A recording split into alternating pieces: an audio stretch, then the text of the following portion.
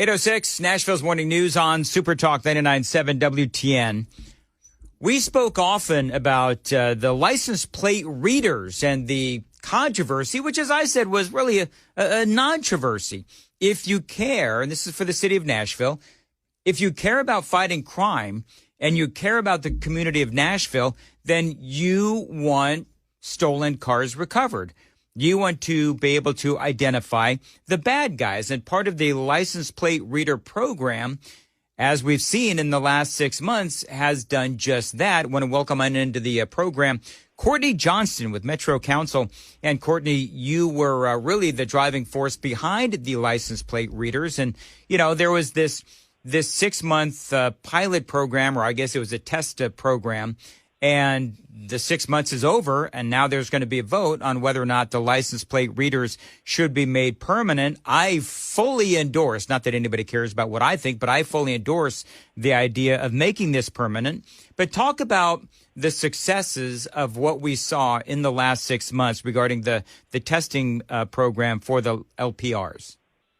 Yeah, good morning. Thanks for having me. So the pilot program was unbelievably successful with a very limited rollout. We only had 117 cameras. Only 76 of those were fixed. And we had 87 vehicles that were recovered.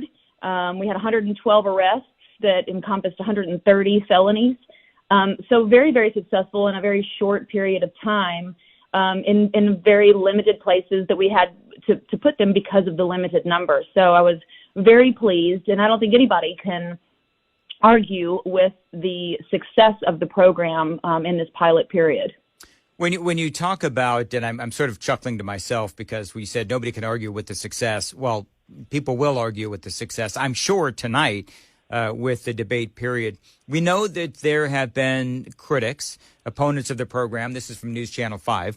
Opponents of the program worry that it targets communities of color. Chief Drake assures drivers that these LPRs are only here to help. Some say that these things could hurt more than it helps. Now, for the life of me, I will never understand why these opponents will say that it targets communities of color. Literally, this is to help fight crime in communities of color, trying to protect the people in these communities from criminals. I mean, what are they missing?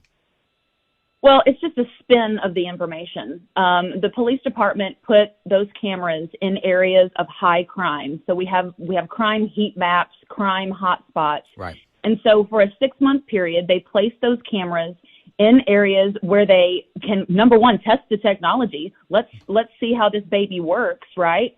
And also in an area that we hope that we can show some good success. So you're going to put it in those high crime areas. If you overlap demographic maps on top of crime maps, it does show that those areas are areas of poverty, areas of a diverse nature from a racial perspective. That's not the LPR's fault. That is a systemic problem that those areas, those neighborhoods have been suffering from for a very long time. And so we're actually looking at pilot programs to subsidize community partners to address violence interruption type stuff in those areas. They're specifically honing in on that quadrant A, which is North Nashville. And so we can deploy money and resources to fight crime in that way, but we can't put a piece of technology there that is actually shown to make those arrests. The other thing that I'll say is that in Quadrant A encompasses 37207. It encompasses 37208. Those are two of the most dangerous zip codes in not only the state of Tennessee, but the entire country. And so, yes, those cameras are going to be successful because that's where the crime is happening. Also, out of all of the people that were arrested in the Quadrant A, only 12% of the people actually lived in Quadrant A. So there are people that are coming from all over that are committing crimes and victimizing the people in Quadrant A. So these are tools that will allow the police to police in a precision manner. Everybody wants precision policing. What better way than to look for a license plate? Well, that's exactly right. And the other thing that I would say is you've got some of these folks out there that, you know, they're hand-wringing over this notion that this is turning Nashville into a police state. Now, again, this goes right back to what we were saying previous, Courtney Johnston, Metro Council, about how you can call it a police state, you can say whatever you want, but the bottom line is if it lessens crime and the people of these very dangerous areas will ultimately then be safer, what exactly is the problem? Now, this goes up to a vote tonight. Do you believe that when you speak to the people of these particular areas, not their representatives, not the activists, but the people that actually live in these quadrants, have they given an opinion either way on this? Absolutely. They want relief. They want their neighborhoods to be safe. They want to be able to go to the grocery store and be safe. And so they are absolutely in favor of it. I think we have a small group of people that has this fear-mongering attitude of or narrative with the police state and the racist bias of the placement of the cameras and all that. And the fact of the matter is that I think we've learned in this last election, every time we talked about what are people's concerns throughout the county, public safety is the number one concern of people that live in Nashville. And so we have to start doing things that contribute to the positive effects in public safety. We need more police officers. We're doing our best to get more police officers, but that is a hard job, and it's really hard to recruit and retain. So more and more, we're going to have to rely on technology. And what better technology that's not looking for a person?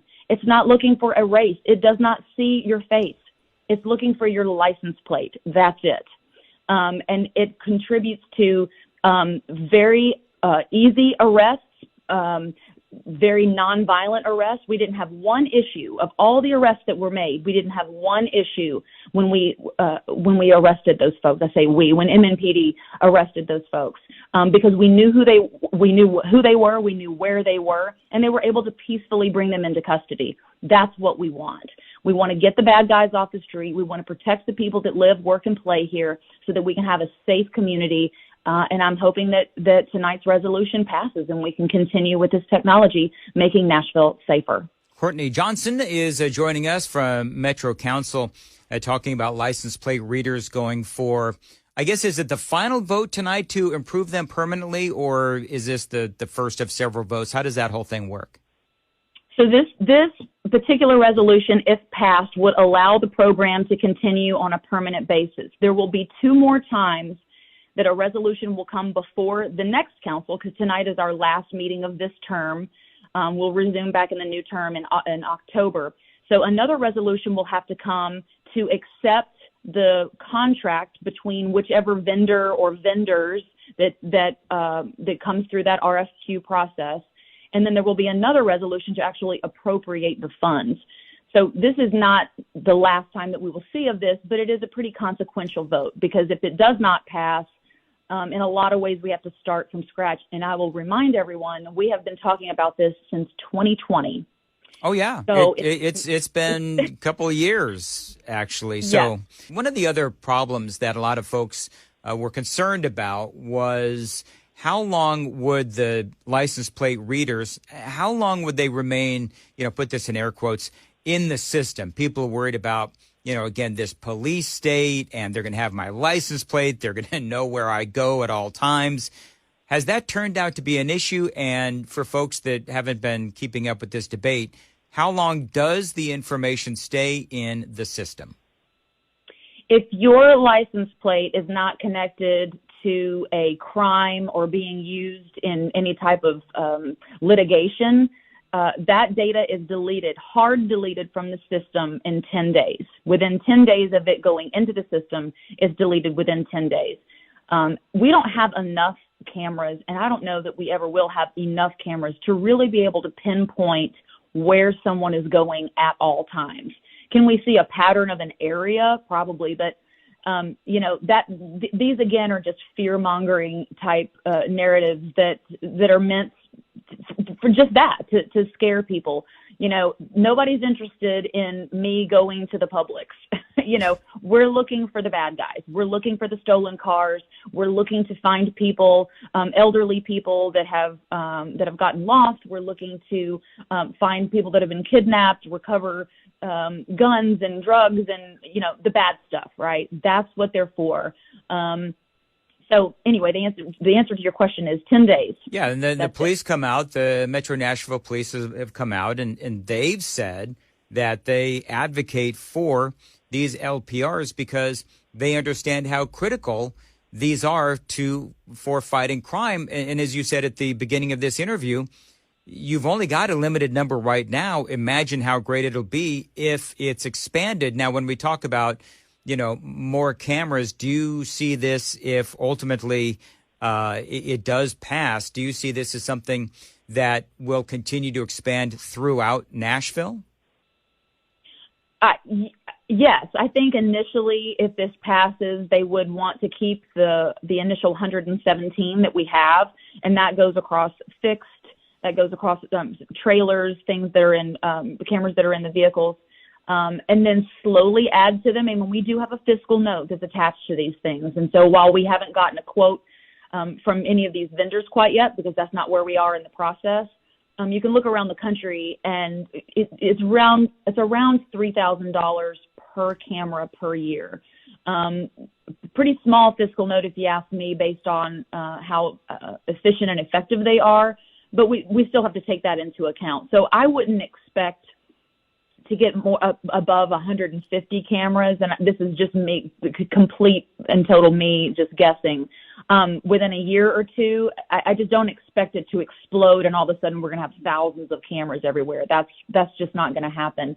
But we would expand them and place them in different areas where we can figure out the direction of travel. Because just because you have a verified hit, that's one moment in time in one place. We have no idea what direction of travel that car is going in. And so there's a huge step between a verified hit and an arrest.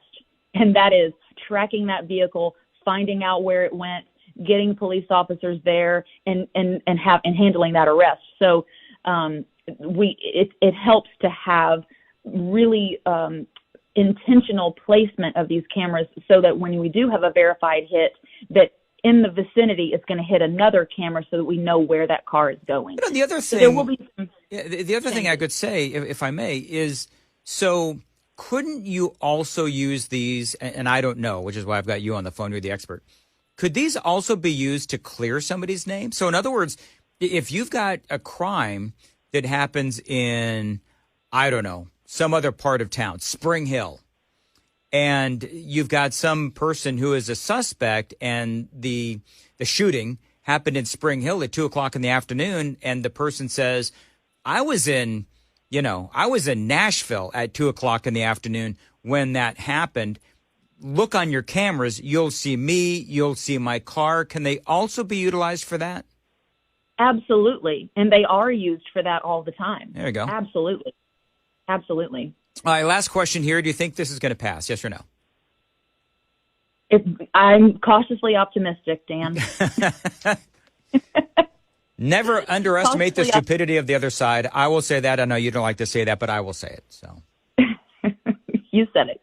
Well, Courtney, thank you very much. And I think you're doing great work. And I think you and I have been talking about this since 2020. And true to form, you and I both said, and certainly you fought for this, and now we are seeing results. Let's hope that we continue to see positive results, and the rest of the board, the rest of the council decides that, yes, this is a good idea. This is a great way to fight crime and keep folks safe, especially in these really dangerous districts across Nashville. So, Courtney, thank you very much, and good luck tonight. It is 8:21